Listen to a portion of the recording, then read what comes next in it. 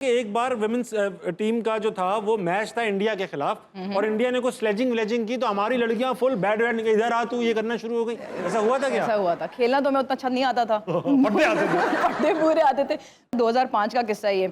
अब इंडिया से मैच हो रहा है, बहुत फेंटी पड़ी हमें। अब वो हम बैटिंग करने का अल्लाह अल्लाह करके 50 ओवर बस गुजारने की कोशिश कर रहे हैं, रन तो बहुत थे। तो ऊपर के हम सारे आउट हो गए, वो दोनों बेचारे खड़े ना, अस्माविया कांता ने सिंगल लिया, वो उधर गई, अस्माविया बैटिंग करने आ गए। अब वो लगे विद स्लेजिंग। अब हमें क्या पता स्लेजिंग क्या होती है, हमने इतनी क्रिकेट ही नहीं खेली थी। आप सीरियस ले रहे हैं उसको? हम तो मतलब वो भाई वो स्लेजिंग जो भी वो कर रही थी, जया शर्मा उसका नाम था, अस्माविया ने ग्लव्स उतारे, बैट उठाए, इधर मैं तुम्हें मारूं। वो भाई कांता भाग के गई उसको पकड़ने के लिए कि मैच है इंटरनेशनल, यहाँ मार कुटाई नहीं हो सकती। वो उसके प्लेयर्स को, और वो फिर लगातार स्लेजिंग करते रहे। तो ये ऐसा भी हुआ है कि मतलब हमने कहा कि वैसे तो नहीं जीत रहे आप, मार के खत्म कर दो। दो। अच्छा, एक और बार ऐसा हुआ कोई प्लेयर है जिनको फील्डिंग पोजीशंस के नाम नहीं पता, तो वो किस तरह गुजारा करती थी? फिर अगर आप उनको कह रहे हैं मिड ऑफ पे जाओ तो वो कैसे जाती थी? ये सबसे शुरू की बात है, 2004 का ही वाकया है, नेशनल स्टेडियम में। अब टीम इस किस्म की थी कि हमारे पास 8 या 9 कह लें लड़कियां थी जो खेलना, जिनको कुछ हद तक आता था, बाकी बस पूरे करने के लिए थे, खाली जगह पूर करो वाला। मोहल्ले की क्रिकेट टीम में भी यही होता है। उसमें था कि भाई टांग रोक के बॉल पकड़ लेना, इतनी बात है, और जिसको हार्ड बॉल से डर ना लगता हो।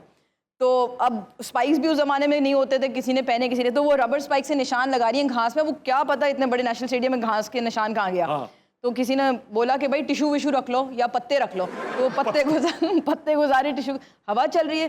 तो थोड़ी देर के बाद ना, उस वक्त शायजा खान कप्तान थी, थोड़ी देर के बाद ना जब हवा चली तो सारे पत्ते और टिशू ऑब्वियसली मतलब मिड ऑफ, मिड ऑन बन गया, मिड ऑन मिड विकेट बन गया, सारी इकट्ठा खड़ी हैं। कप्तान बॉलिंग करी तो उसे, क्या करी तुम सारी ये लड़कियां, उधर क्या खड़ी हो? उन्होंने कहा मैडम हमारा टिशू यहीं पर है। सारे टिशू। सोचा ये इंटरनेशनल मैच में, बट ये सारी कहानियां जिससे हम, कामयाब फिल्म थी लगान, आप लोगों ने लगान देखी है? लगान, Yes. उसे पहली बॉल पे सारे फील्डर एक बॉल पे भाग रहे होते हैं, अरे इधर आओ, ये क्या कर रहे हो? तो ये सारे वो कहते हैं आप जर्नी समझ लें विमेंस क्रिकेट की, जो ऐसी अनहिडन स्टोरीज हैं, जो रास्ता कार्व हुआ है और पाथ बना है कि अब जो है वो मतलब पाकिस्तान की वजह से कि मैं यहाँ बैठी हूँ और बाकी निदा डार, मरीना वगैरह। Urooj, thank you so much for being on हंसना मनाए। तालियां होनी चाहिए उरूज के लिए।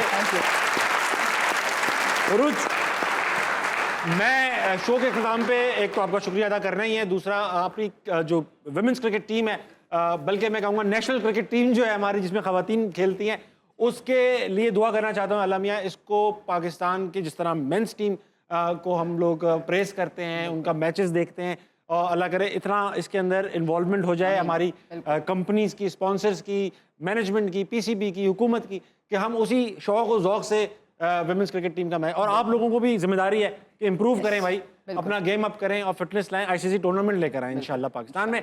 यूजुअली ख़वातीन आज़ाद में करता हूँ कमाल की बात, लेकिन आपको पता है कि जब कमाल का गेस्ट हो तो मैं कमाल की बात उन्हीं से करवाता हूँ। आज मेरे साथ मौजूद है पाकिस्तान की साबिक़ कप्तान उरूज मुमताज़, जो अपनी कौम से कमाल की बात करेंगे। Urooj, over. Tabish, firstly thank you very much for having, बड़ा मज़ा आया। मेरे नज़दीक 2 चीज़ें हैं कि आपने अगर दुनिया में कुछ भी करना है, मैं ख़ास तौर पर ख़वातीन से बात करें, तो आपका सबसे पहला और सबसे बड़ा ऑब्स्टिकल होता है आप खुद, आपकी अपनी सोच, आपकी अपनी सोच की लिमिटेशन। तो अगर आप इस चीज़ को एक्सेप्ट कर लें और बिलीव करें विद अ पैशन कि नहीं मैं ये काम कर सकती हूँ।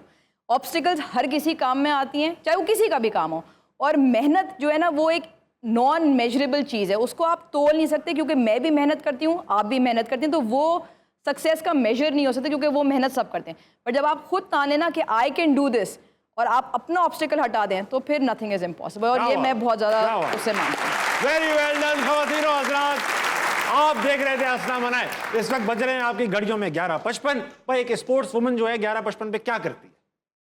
मस्तियाँ टीम मेट्स के साथ। आप लोग सोते नहीं हैं? आप छुप लोग के खाते थे, मूवीज देखते थे। ये देखो, उस जमाने ये है, इस मुझे से नहीं आ रही है। फिर आया प्रोफेशनलिज्म, फिर हो गए हम ठीक। 11:55 बज रहे हैं आपकी घड़ियों में।